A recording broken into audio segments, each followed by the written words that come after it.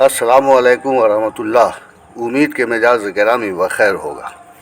इस वक्त मैं कहानी मसीहा की 25वीं किस्त लेकर खिदमत में हाजिर हूँ। तवज्जो फरमाएं। महताब खान व कुमोदनी की ज़िंदगी में अलग अलग जो भी परेशानियाँ और तकलीफ़ें आई थी, उसके दाग व नकूश को दोनों के दिलों में एक दूसरे के लिए मोहब्बत व कुर्बत के जज्बे रफ्ता रफ्ता किसी मरहम की तरह भरते और मिटाते जा रहे थे। चुनांचे उस वक्त सूरज की जिन हरकतों को सहना पड़ा, उसे दोनों ही ने उसका बचगाना रवैया समझकर फरामोश करने की पूरी कोशिश की। जो सही मानों में ये सूरज की निस्बत महताब खान के दिल में मोहब्बत और अपने ऊपर आयद उसकी जिम्मेदारियों के एहसासात की अलामत थी। लिहाजा महताब व कुमोदनी एक दूसरे की इत्मीनान बख्श कुर्बत में वक्ती तौर पर मुकम्मल पुरसकून हो गए थे। लेकिन इसके बरक्स खुद सूरज अपनी ज़िंदगी में पहली बार ऐसे दुखों और शर्मिंदगी के एहसास से दो चार हुआ था जिसे भूलना या मिटाना काफ़ी मुश्किल था। बहरहाल जब वो कुमोदनी का लान तान सुनकर उसकी हवेली से निकला, उसे दिमागी व जिस्मानी कमज़ोरियाँ महसूस हो रही थी। उसके हालात हर सूरत से उसे कई तरह के मसाइल से इस तरह उलझा चुके थे कि उसे महसूस हो रहा था उसकी दुनिया, उसकी ज़िंदगी तारीख हो चुकी है। लिहाजा वो उस वक्त अपनी हसीन ज़िंदगी से बेजार सा होने लगा था। बहरहाल वो अपनी कार में बैठा और चंद लम्हों में नेशनल हाईवे के एक महंगे व आरामदेह ढाबे पर जाकर रुक गया। अब सूरदा कैफियत में कार से बाहर निकला। उस वक्त कई ट्रकें व टूरिस्ट बसें ढाबे पर लगी थीं और उसके दर्जनों ड्राइवर क्लीनर बाहर बिछे खाट से लेकर अंदर तक लगी हुई कुर्सियों पर बैठे रात के खाने में मसरूफ़ थे। जब ये अंदर गया, होटल के मालिक ने आगे बढ़कर उसे सलाम किया और इत्तफाक से उसका पुराना ड्राइवर अब्दुल रशीद भी अपने एक दोस्त के साथ वहाँ मौजूद था और उसके सामने टेबल पर एक निस्फ बोतल और खाने का कुछ सामान था।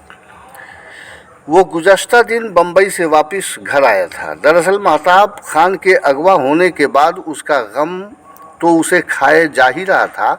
दीनानाथ सिंह जैसे मुहज़्ज़ब शख्स की महताब के गम में खुद कर्रा बेहुरमती उससे देखी नहीं गई। लिहाजा वो एक दिन उनकी नौकरी छोड़कर मायूस व उदास बम्बई के सफ़र पर रवाना हो गया था।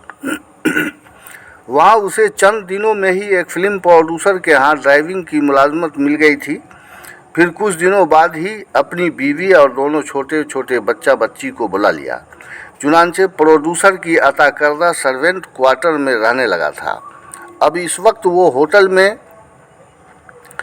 शराब मैनोशी से लुत्फ़अंदोज़ हो रहा था और तकरीबन घर जाने वाला ही था कि सूरज को देखकर फुर्ती से उठा और सामने जाकर उसे सलाम किया। सूरज उसे देखकर चौंक पड़ा। अरे रशीद भैया, आप काफ़ी अरसे बाद दिखाई दिए। जी बाबू, मैं बम्बई में रहता हूँ, एक फ़िल्म प्रोड्यूसर की गाड़ी चलाता हूँ, कल ही शाम को आया हूँ। आइए ना, यहाँ बैठिए। वो रशीद के सामने वाली कुर्सी पर बैठ गया तो होटल मालिक खुद सामने आकर खड़ा हो गया। सूरज ने कहा, विस्की की पूरी बोतल और थोड़ी चाट जो आपको पसंद हो ले आइए। होटल मालिक को हैरानी हुई क्योंकि वो उसे अच्छी तरह जानता और पहचानता था, लेकिन कभी उसने इसकी ऐसी कैफियत नहीं देखी थी। बहरहाल ऑर्डर के मुताबिक वो सारी चीज़ें लाकर उसके सामने टेबल पर रख दिया तो रशीद ने मुस्कुराकर पूछा, बाबू आप ये सब कब से लेने लगे? सूरज अफसरदा लहजे में ही बोला, रशीद भैया, अगर यही सवाल मैं आपसे करूं तो क्या जवाब देंगे? रशीद ने उसकी बोतल से पैग बनाते हुए कहा, दरअसल ऐसा है कि फ़िल्म वाले लोग खुले दिलो दिमाग के ऐशपरस्त लोग होते हैं। उनके माहौल में रहकर तो ये सब कुछ होता ही रहता है। वो लोग पानी की जगह विस्की और बियर ही पीते हैं। सूरज ने एक चमचा चाट खाई और गटागट पूरी गिलास पीकर बोला, आपने जो बातें कही हैं रशीद भैया, वो अपनी जगह दुरुस्त है, लेकिन कुछ लोग अपनी ज़िंदगी में आई उलझनों और दिमागी परेशानियों से निजात पाने के लिए भी पीते हैं। लेकिन मैं ये नहीं बता सकता कि वो अपने इस सोच में कहाँ तक कामयाब होते हैं। रशीद मुस्कुरा कर रह गया क्योंकि वो उसका मूड देखकर फिक्रमंद हो रहा था।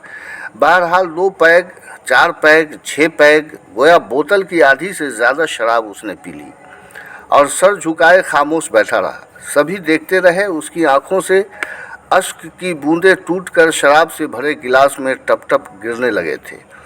रशीद, उसके दोस्त और होटल मालिक ही नहीं, वहाँ मौजूद इक्का दुक्का बचे हुए लोग भी अफसुर्दा हो उठे।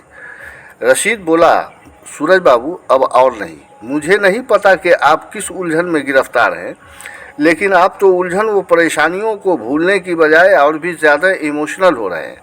अब घर चलिए, रात का 12 बज चुका है। सूरज उस बेखुदी की हालत में भी आखिरी गिलास उठाते हुए टूटते बिखरते अल्फाज में बोला, मैं अब अंदर से मर चुका हूँ रशीद भैया। मेरी ज़िंदगी में अब कुछ नहीं बचा। चुनांचे अपने अल्फाज के साथ ही उसने गिलास होंठों से लगा लिया। चंद आधे अधूरे घोंट उसकी हलक से नीचे उतरे और बाकी मोटे कतरात उसके शर्ट पर गिरे। गिलास रखकर वो जो ही खड़ा हुआ, तलमला कर गिरने को हुआ कि होटल मालिक सरदार रंजीत सिंह ने उसे अपनी बाहों में थाम लिया। रशीद ने अपने दोस्त से कहा, अमजद भाई, मुझे खुद इन्हें घर तक पहुंचाना है। आप चले जाएं और मेरे घर पर बता देंगे कि मैं कल किसी भी वक्त तक वापस लौटूंगा। बरसूरत उसने फ़ौरन सूरज को थाम लिया तो सूरज बड़बड़ाया, मैं ठीक हूँ रशीद भैया, चला जाऊंगा। वाज़े हो कि कोई भी शख्स जब नशे में होता है अमूमन हंसकर यही दलील देता है कि मैं ठीक हूँ, आप लोग फिक्र न करें। और फिर अगर वो तन्हा हुआ तो कहीं न कहीं गाड़ी ठोंकता है, या पांव पैदल हुआ तो जंगल झाड़ी, गटर या नाली में जहाँ भी गिरता है नशा उतरने तक पड़ा रह जाता है। चलते चलते सूरज ने अपनी जेब में हाथ डाला तो जो भी नोट निकले मुट्ठी भरकर रंजीत सिंह के हाथ में थमा दिया और रशीद की बाहों के सहारे कार की पिछली नशिस्त पर पुष्टगाह के सहारे बैठ गया। 25 मिनट की ड्राइविंग के बाद रशीद पार्वती भवन के कंपाउंड में दाखिल हुआ। उस वक्त मुलाजिम बहादुर कुर्सी पर बैठा औंग रहा था। अपने मालिक को रशीद ड्राइवर की बाहों में धुत होकर झूलते तलमलाते देखा तो हैरत से मबहूत हो उठा। सीढ़ियाँ चढ़कर सहन में आते ही सूरज फिर बड़बड़ाया, रशीद भैया आप बैठिए, मैं अब ठीक हूँ, छोड़ दीजिए मुझे। वो रशीद का कंधा छोड़कर आगे बढ़ने लगा। बिखरे बाल, बेतरतीब कपड़े में लक्ष्मी अपने फर्श पर दाएं करवट लेती थी। सूरज उसकी पुश्त की जानिब पैरों के करीब जाकर खड़ा हो गया। उसका बदन शऊर में नहीं था, बावजूद इसके वो झुककर अपने होंठ उसके कदमों पर रखना चाहा, मगर वो मुंह के बल उसके पैरों पर इस तरह गिरा जैसे किसी ने उसे ढकेल दिया हो। लक्ष्मी ने घबराए अंदाज में केहनी के बल अपने जिस्म का ऊपरी हिस्सा उठाकर मुतहय्यर अंदाज में उसकी जानिब देखा तो वो उठने की कोशिश करते हुए बड़बड़ा रहा था, ओह मम, मैं गिर गया लकी। मम, मुझे क्षमा कर दो डार्लिंग, मैंने तुम्हें काफ़ी तकलीफ़ पहुंचाई है। वो उठकर खड़ा तो हो गया लेकिन उसका हिलना और तलमलाना जारी रहा। लक्ष्मी फुर्ती से फर्श से उतरकर उसके करीब खड़ी हो गई। पूरा कमरा शराब की तेज़ बू में डूबा हुआ था। उसने नथुने फुलाते हुए कहा, आपने इतनी शराब क्यों पी है? हाँ लकी, मैंने शराब पी है, अपने किए हुए गुनाहों को भूलने के लिए पी ली। मैं पापी हूँ, गुनहगार हूँ, अपने जीवन को गढ़न लगा ली है मैंने। मेरी वजह से मेरे दोस्त का अपहरण हुआ। साले डाकुओं ने उसका अपहरण नहीं किया होता तो उसकी माँ नहीं मरती। वाकई मैं विवेकहीन हूँ। अब तक क्या दिया है मैंने उसे? नफ़रत, जिल्लत, रुसवाई, क्योंकि मैं इसी काबिल था। सूरज का चेहरा आंसुओं से धुलता जा रहा था। लक्ष्मी की आंखों से भी आंसुओं की झड़ी लगी थी। सूरज ने पलटकर उसे देखा। अरे नहीं लकी, उसने लक्ष्मी के कंधे पर अपना बाजू फैलाते हुए दूसरे हाथ की हथेली से उसके अश्क पोंछते हुए मजीद बोला, इस तरह नहीं रोते गुड़िया, ये तो मुझ बुरे इंसान के भाग्य की चीज़ है। लक्ष्मी गुलूगीर लहजे में बोली, मेरे भैया ने तो कुछ भी नहीं कहा ना आपको? हाँ, कुछ नहीं कहा, क्योंकि वो महान जो है देवता है ना, हमारा मसीहा, और तुम मेरे इस घर की लक्ष्मी हो, एक अनमोल नेमत हो, उस देवता की बख्शी हुई नेमत। उसने तलमलाते हुए अपने कांपते हाथ से टेबल पर रखी हुई महताब खान की तस्वीर उठा ली और उसे बगौर देखते हुए बोला, अब मैं तुम्हें अपना मुंह दिखाने योग्य भी नहीं रहा दोस्त। अगर हो सके तो मुझे माफ़ कर देना चांद, माफ़ कर देना। वो फ्रेम को सीने से लगाकर सिसकने लगा। लक्ष्मी ने फौरन उसे अपनी बाहों में ले लिया। अब आप सो जाइए, सुकून मिल जाएगा। मगर वो सुनी अनसुनी करके बड़बड़ाने लगा, वो कुमोदनी है ना लक्की, चांद को हमसे छीन लेना चाहती है। ऐसा हो सकता है क्या? हरगिज नहीं। और यकायक जोर से चिल्ला उठा, चांद हमारा है, और फूट फूट कर रोने लगा। लक्ष्मी ने कुफ्त होकर कहा, हाँ वो हमारे हैं, आप सो जाइए वरना तबीयत ज़्यादा ख़राब हो जाएगी। चुनांचे वो तस्वीर को सीने से लगाए हुए मुंह के बल धड़ाम से फर्श पर गिरकर लम्हों कराहता रहा। तेज़ शराब का नशा और एहसास नदामत दोनों ही उस पर गालिब था। उधर बाहर बैठे रशीद को बहादुर मुलाजिम के ज़रिए सब कुछ मालूम हो गया, लिहाजा उसे बेहद अफसोस हुआ। हवेली के अंदर का माहौल खामोश हो चुका था, लिहाजा वो भी उठकर बाहरी गेस्ट रूम में जाकर सो गया था। बारसूरत आगे का वाक़या यह है कि उस वक्त रात का 12 बजा था। महताब खान अपनी ख्वाबगाह में जाकर सो गया था। दूसरी जानिब अपने कमरे के डबल बेड पर शमीम अहमद इस तरह सोया था जैसे वो नींद में हो, मगर जसीम अहमद तकिया के सहारे नीम दराज कुछ सोच रहा था। उसी आसरा उसकी माँ दिलशाद बानो अपने गीले हाथों को तौलिया में पोंछती हुई कमरे में दाखिल हुई और जसीम की कैफियत देखकर हैरत से पूछ बैठी, बेटे अब तक आप सोए नहीं? फिक्रमंद भी नजर आ रहे हैं, क्या बात है? जसीम चौंक पड़ा। ऐसे ही कुछ सोच रहा था अम्मी जान। वो क्या? मैं नहीं सुन सकती। जसीम ने कहा, क्यों नहीं? वो एक तवील सांस लेकर बोला, दरअसल भाईजान के मेडिकल स्टोर से जो आमदनी होती है अम्मी जान, वो रकम मैं रोज़ाना डायरी में दर्ज करता हूँ और पूंजी की रकम अलग डायरी में नोट करके उस रकूमात को डायरी के साथ अलग ही सेफ में रख देता हूँ। भाईजान आमदनी की रकूमात से जो भी पैसा निकालते हैं उसे डायरी में रख देते हैं, लिख देते हैं। जब से स्टोर खुला है और मुनाफा की शुरुआत हुई है तब से वो जो भी छोटी बड़ी रकूमात निकालते रहे हैं उसका इंदराज अगरचे डायरी में मौजूद है, लेकिन बड़ी बड़ी जो रकूमात उन्होंने निकाली वो दोबारा कभी सेफ में वापस नहीं आया।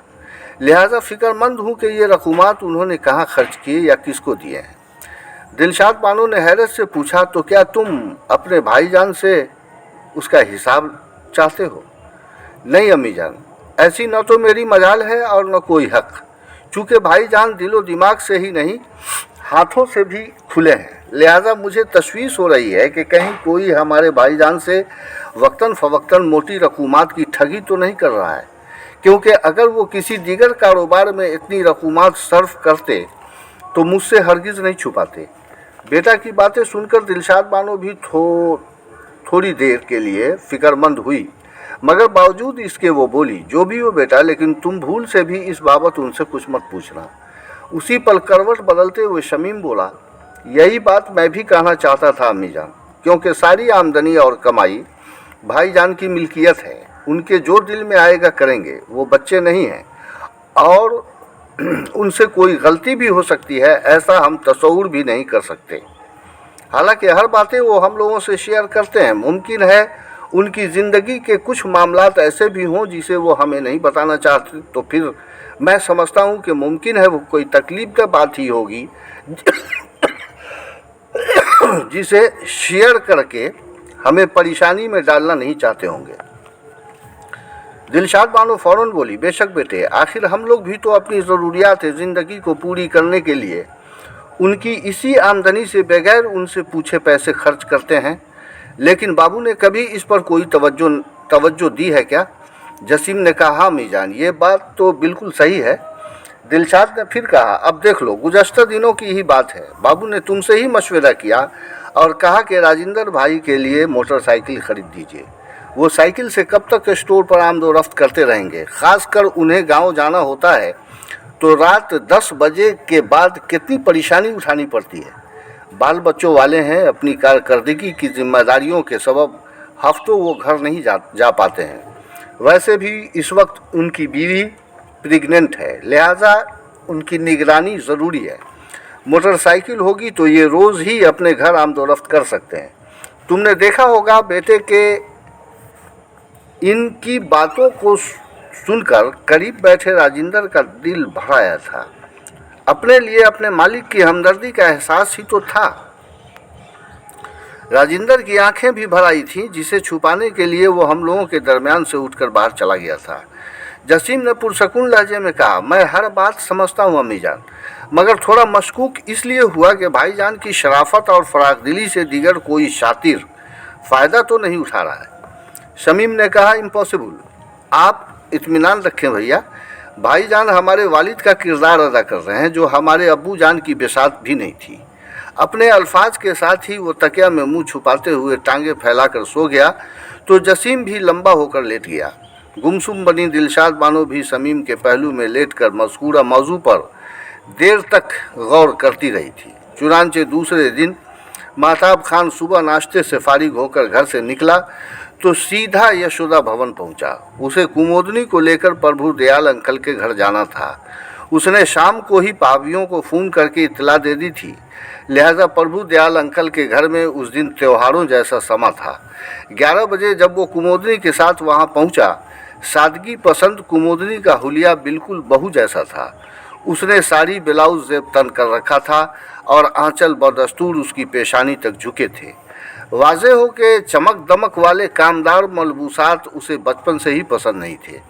बहरहाल कुमोदनी ने पहले सामने खड़े प्रभु दयाल अंकल और उनकी पत्नी वंदना आंटी के चरण छुए तो दोनों अशश कर उठे और ढेरों दुआएं दी। और जब कुमोदनी उनकी दोनों बहुओं के चरणों में झुकी, दोनों यके बाद दीगरे उससे गले मिलने लगी।